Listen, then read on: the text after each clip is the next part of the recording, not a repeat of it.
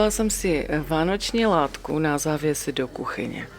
No, nevím úplně, jestli se mi líbí, protože když to kupuju přes internet, tak to vidím na malém kousku. Vždycky jenom neumím si to představit, jak to bude vypadat, a když ta látka přijde, tak teprve potom, když ji rozložím, tak je to vždycky moment překvapení. Buď se mi líbí, nebo ne. A tohle mi tak trochu připomíná pyžamo nebo povlečení, ale uvidím teda, jak to bude vypadat na tom okně. A ještě, jak půjde vzorek, jestli pruhy dolů nebo pruhy vodorovně. Asi se mi víc líbí vodorovně. Takhle to vypadá ráno, když jsem to už konečně došila. No, jako není to nejhorší. Myslím, že to je pěkné. Sice je to světlejší celkově, než jsme tam měli. Ale a podívejte se, i v kuchyni jsem ušila takový malý závěsek nahoru, akorát nám tam teda chybí ty světla, které tam mají být, zatím tam trčí jenom dráty, a proto jsme se vydali do obchodu, že něco koupíme. No ale já a rozhodování, to je něco strašného, takže zaprvé musí mi něco padnout do oka.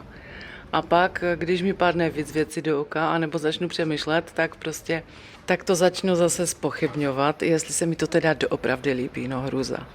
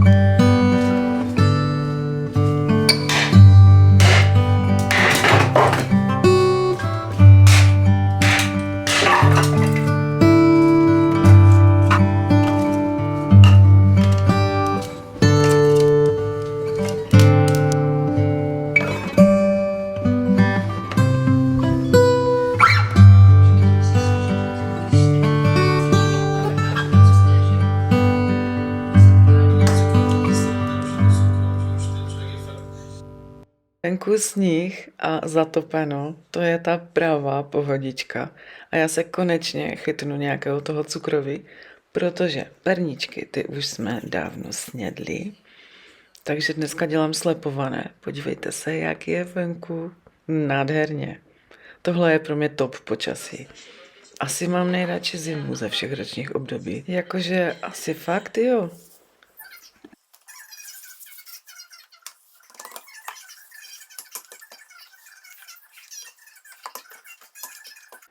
Já vždycky za ten rok zapomenu, které ty vykrájovátka jsem vlastně používala. Myslím si, že tady tyhle, ale nechápu, proč mi to zůstává v té formičce. I když jsem to pomoučila. Takže jsem to zkusila vendat a potom, co jsem asi 5 z nich se mi jako roztrhalo a došla mi baterka ve foťáku a došlo mi místo na paměťové kartě, tak ne, to už nebylo na moje nervy, takže jsem udělala květinky všechny jenom plné a teď budu hledat něco, čím udělám tu dírku. Našla jsem jenom fix, jakože krytek na fix, ale nebyl kulatý. Byl to ovál, takže to je jako jedno. Udělala jsem tam prostě ty dírky. A vlastně fakt si nemůžu vzpomenout, jak jsem to dělala minule. Ale takhle, jak to je, už jsem to dala do trouby. A radši jsem to hlídala, protože já bych byla schopná to ještě spálit. Naštěstí si myslím, že to dopadlo dobře. Ano, vyndala jsem to tak jako tak na poslední chvíli.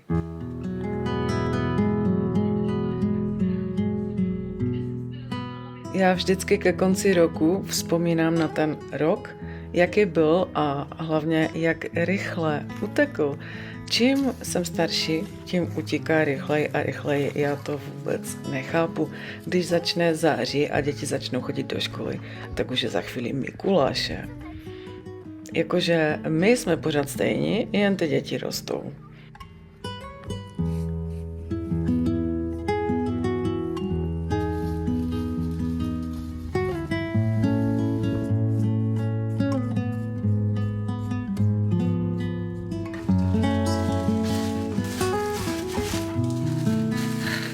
Od minulého vlogu mi přišlo tolik objednávek. Já vám tak strašně moc děkuju. To je neuvěřitelná radost. Jakože vyzkoušela jsem si, co to znamená mít e-shop. Není to nic jednoduchého a vůbec nevím, jak to bude pokračovat dál. Teď vím, že nic dalšího šít nebudu, ale třeba na jaře, třeba to bude jinak, třeba už to nebudou gumičky a třeba to úplně celé zruším. Vůbec nevím, ale teď mi to udělalo nesmírnou radost. Každou objednávku jsem si vyloženě užívala a vždycky něco přibaluju, abyste měli prostě ten dobrý pocit, ten super pocit z toho, když otevřete ten balíček a je tam vždycky nějaký dotek toho člověka, nejenom prostě anonymní gumka, ale je tam prostě něco navíc, nějaká drobnost, která potěší a je od srdce. Takže všechny balíčky, které posílám s láskou a já doufám, že vám udělají velkou radost vám nebo někomu pod stromečkem, komu je budete dávat.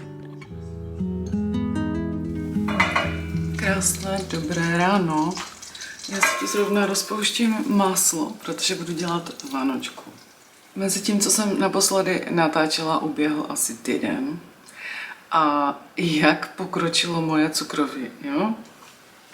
Takže pořád čeká na slepení. A hlavně polovinu už jsme snědli. A víc cukroví nemám, protože perničky jsme taky snědli. Musím vám říct, že se mi jako letos do toho cukroví extrémně, ale extrémně nechce. Já nevím proč, já vůbec to nechápu, ale prostě se mi nechce. Původně jsem chtěla natáčet, jak budu dělat svých, já nevím, možná 6 druhů, ale asi ne, protože cukroví je všude plno a všichni máte svoje recepty, anebo se můžete podívat na ty moje loňské. Ale říkala jsem si, že upeču něco jiného, že upeču vánočku. Za prvé, abyste mohli mít recept, pokud budete chtít péct na Vánoce. A taky mám na to chuť. Mám chuť na Vánočku.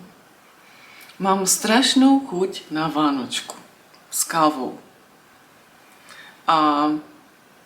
No a tak proto si prostě upeču. Vždycky ji vidím v obchodě, Vánočka v akci. Vánočka v akci za 60 korun. Já si řeknu, nebo za 80 dokonce i v akci. Přece nebudu kupovat Vánočku. A už kolikrát jsem ji měla skoro v košíku, protože jsem na ní prostě měla chuť. A říkám si, ne, já si ji prostě upeču. Už jsem ráno si dala droždí do mlíka, ať se dělá kvásek, jsem si rozpustila máslo. A letos zkusím dát půl másla a půl oleje.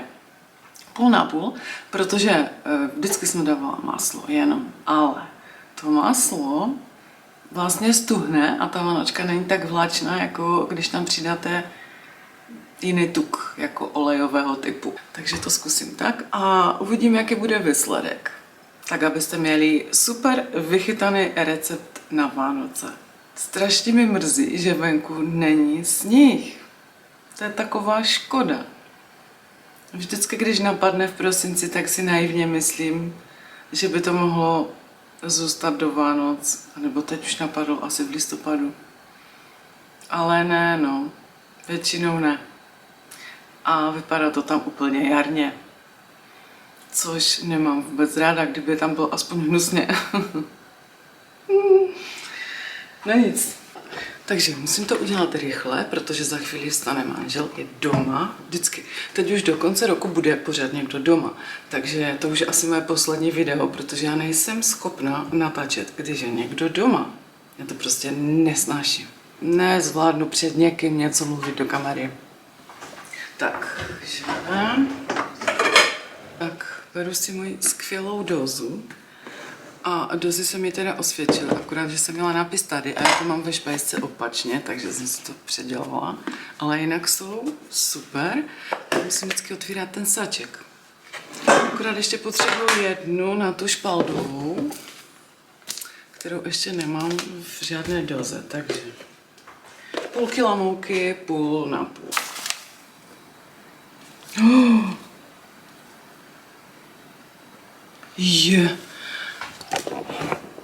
Tak mě normálně v polovině vážení vypila baterka. A to je to, že já jsem si ještě nekoupila novou baterku do váhy. No to je super. Takže to zkusím ještě jednou. To je vtipné.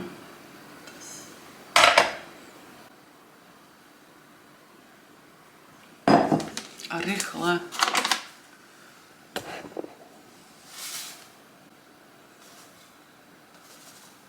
Víte se, jaké jsem dostala super velké rozinky. Tak, už tu mám to droždí, vypadá dobře, dám to tam. Tak, teď tam dám máslo rozpuštěné. A ještě teda olej. Zadělávací vařička a jdu na to.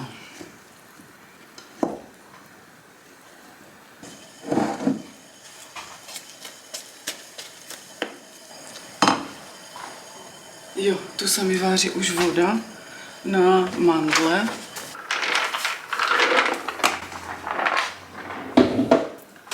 A to těsto vypadá úplně jinak než, no, a má úplně jinou konzistenci, protože jsem tam dala půl špaldové, celozrnné a půl polohrubé, jo. Takže možná se to nepodaří vůbec. No. To byla škoda. Když jsem tam dala ty velké rozinky, že? Tak přikryju to a dám to do trouby kynout. Jenom jako do mírně vyhřáté, že?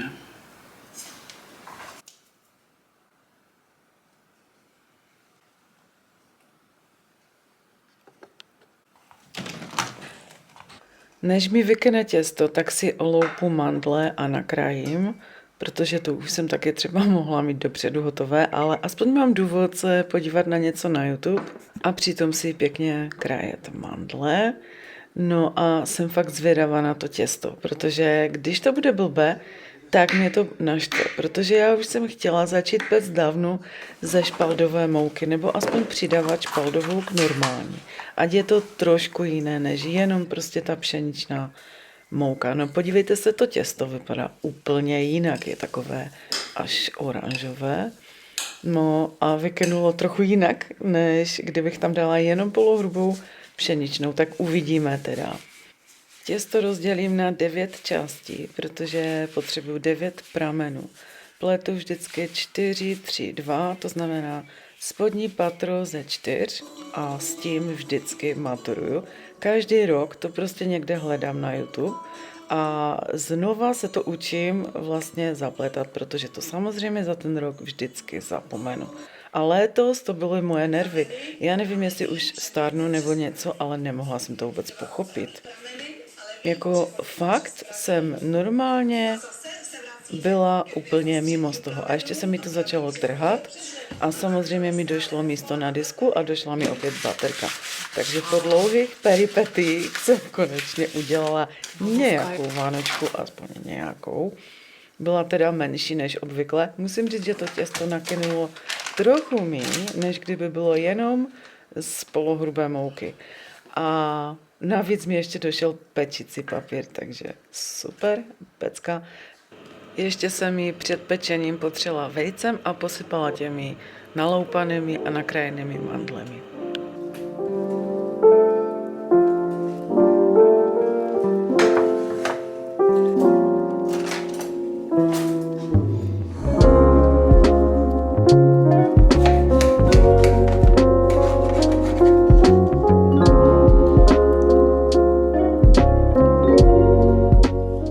Samozřejmě, že jsem ji musela zkusit úplně vřavou, protože jak jinak, já už to jinak neumím a fakt jakože bylo to tak teplé, až to nešlo udržet v ruce, no já asi nejsem úplně normální. Ale teda musím říct, že tahle vánočka je úplně jiná, než tu, co jsem pekla jako běžně. Není to tak nadýchané a je to mnohem hutnější. Ale tím, že jsem tam nedala jenom maslo, ale i olej, tak je to mnohem vláčnější a takové jako mám pocit, že se toho víc najím. A můžu vám dát teda i upgrade z dalšího dne. Byla pořád vláčná a byla strašně dobrá. Já už budu péct jenom tuhle, i když není tak nadýchaná. Záleží, co upřednostňujete, ale tahle chuťově i jako konzistenci a vším byla fakt strašně dobrá.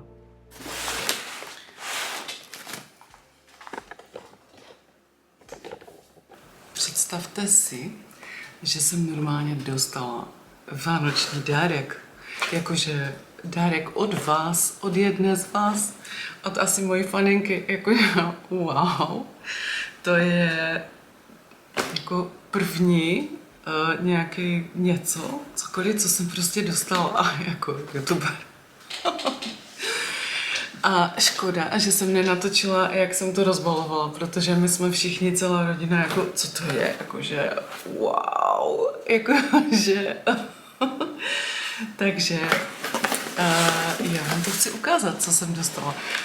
Už to není tak krásně zabalené, jak to bylo, protože už jsem to všechno, už jsem se na to dívala. Ale takhle, musím vám ukázat všechno, co to mám. Normálně jsem dostala vaječňák, což miluju. Paní se úplně trefila do všeho, co prostě mám jako strašně moc ráda. Sešitek život mi baví. To je tak milé. Děcka, ale tohle. Sušené houby a tolik. A tak krásně nakrájených, jako to ani já takhle pěkně nesuším. Jakože to muselo dát hodně práce, to nazbírat a ještě usušit. Toho si cením. Z pravého včelího vosku. Jedna, druhá, jakože krteček, no ten je. Ježiček, ne krteček. Je pro mě prostě, ještě tady se svonečkem. Čokoládu, to já můžu v jakékoliv podobě. Jo. Mám dokonce ještě další 2 čokolády. Forma na čokoládu. A já jsem, jestli jste viděli z Orionu, super. Já jsem právě v Orionu natáčela video a tam jsem viděla ty formy na čokoládu a říkala jsem, že si je jednou chci pořídit, protože chci dělat tu čokoládu. Stačí vyslovit přání vánoční purpura. Typická vánoční věc.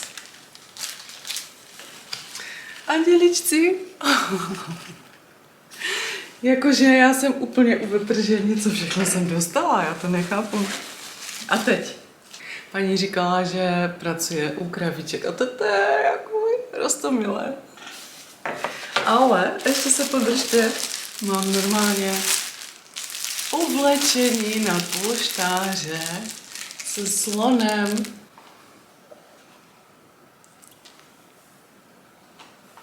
To je pěkné. Já musím paní tady na kameru strašně moc poděkovat, protože mi udělala jako neskutečnou radost. Je to moc pěkné. Jako, vím, že zase si říkám, že ty moje videa mají smysl, že to někoho baví a že někdo je za to vděčný a že mi za to něco pošle. To je prostě strašně pěkný pocit. A já se s vámi pro tohle video rozloučím. Přeju vám ty nejkrásnější Vánoce, plné radosti, lásky a klidu. A uvidíme se v novém roce. Budu se na vás hrozně moc těšit. A nezapomeňte mi dát like a odběr, jakýkoliv komentář, budu moc a moc ráda. Tak ahoj!